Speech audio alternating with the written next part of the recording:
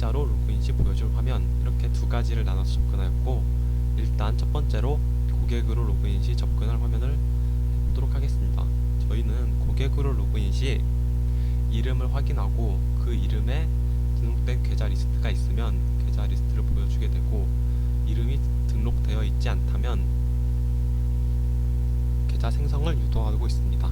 일단 여기까지 한번 해보도록 하겠습니다. 1번을 눌러서 고객으로 로그인 시 로그인을 하면 성함을 입력하세요 라고 나오고, 저는 성함을 입력하도록 하겠습니다. 그러면 이제 등록된 사용자 이름이 아니니 계좌를 생성하라고 뜨는데, 저는 계좌를 생성하도록 하겠습니다. 계좌가 성공적으로 생성이 되었고, 제 이름으로 된 계좌 하나가 생성된 것을 볼 수 있습니다. 여기가 계좌 리스트 항목이고, 이제 저는 1번을 선택하여 이 계좌로 접근을 하겠습니다. 여기 번호입니다.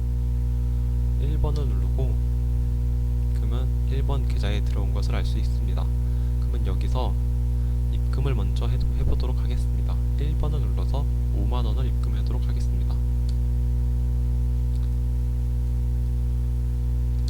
5만원을 입금하였고, 입금한 것을 3번 잔고 확인하기를 통해 확인을 해보도록 하겠습니다. 3번. 네, 그러면 여기서 현재 잔액은 5만원이다 이렇게 뜨고, 다시 처음 화면으로 돌아갑니다.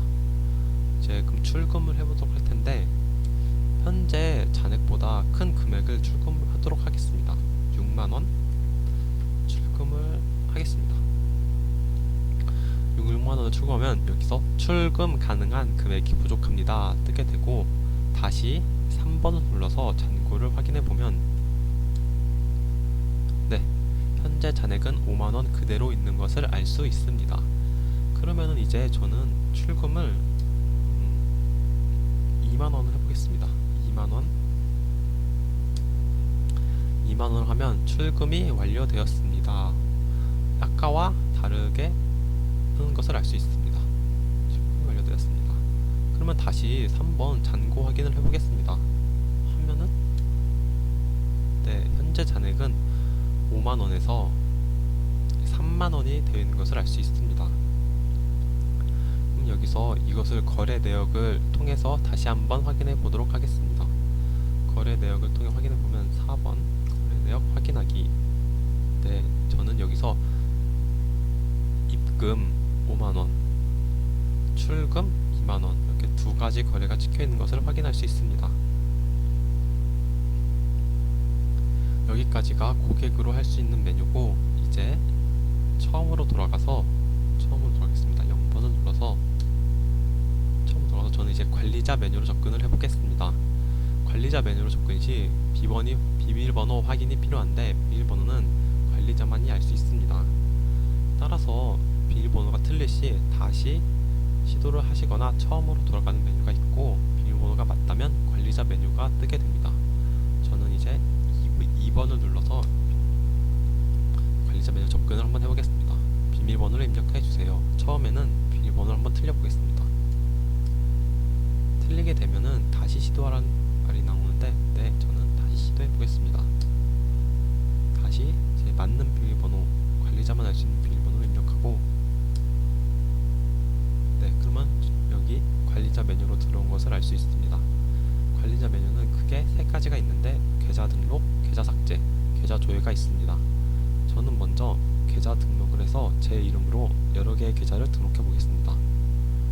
먼저 계좌 등록. 그러면 고객의 이름을 입력해 주세요. 저는 제 이름으로 여러 개의 계좌를 등록하겠습니다.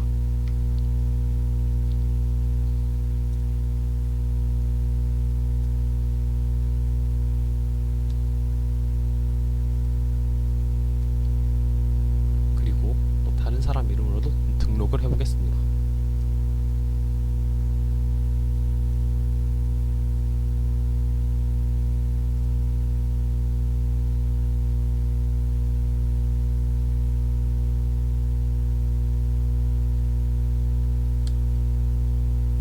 여러 개의 계좌를 등록을 하였고, 그러면 여기서 3번 계좌 조회를 통해 계좌를 조회해 보겠는데, 계좌 조회는 세 가지 방법이 있습니다. 계좌 번호로 계좌 조회, 이름으로 계좌 조회, 전체 계좌 조회, 이렇게 세 가지가 있는데, 저는 전체 계좌를 조회를 해서 지금까지 등록한 계좌를 확인해 보겠습니다.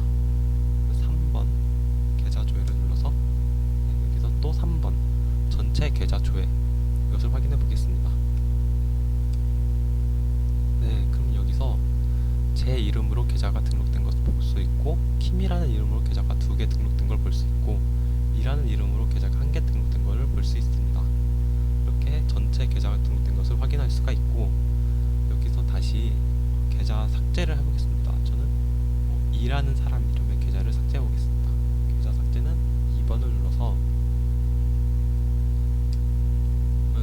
계좌를 삭제할 고객의 이름을 입력해 주세요 뜨는데, 저는 이 사람의 계좌를 삭제하겠습니다.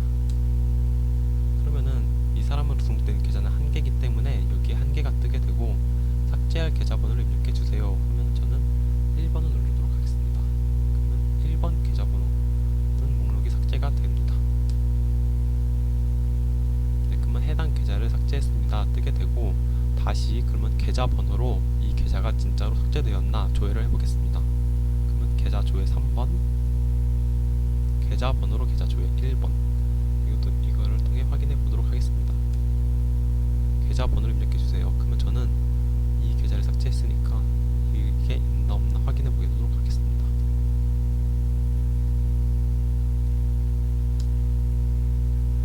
네, 그러면 찾는 계좌가 존재하지 않습니다 가 뜨게 되고, 그러면 저는 다시 이번엔 존재하는 계좌인 이 사람의 계좌가 있나 없나 확인해 보겠습니다.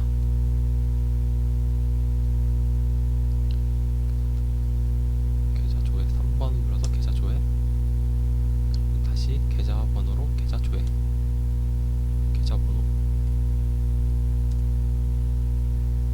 네, 그러면 이 사람으로 등록된 계좌 킴이라는 사람의 계좌번호가 정상적으로 있는 것을 확인할 수 있고, 그러면 이제 마지막으로 남은 이름으로 계좌 조회, 이걸 해보도록 하겠습니다. 이름으로 계좌 조회는 3번을 계좌 조회, 2번 이름으로 계좌 조회, 이름으로 계좌를 조회해 보겠습니다.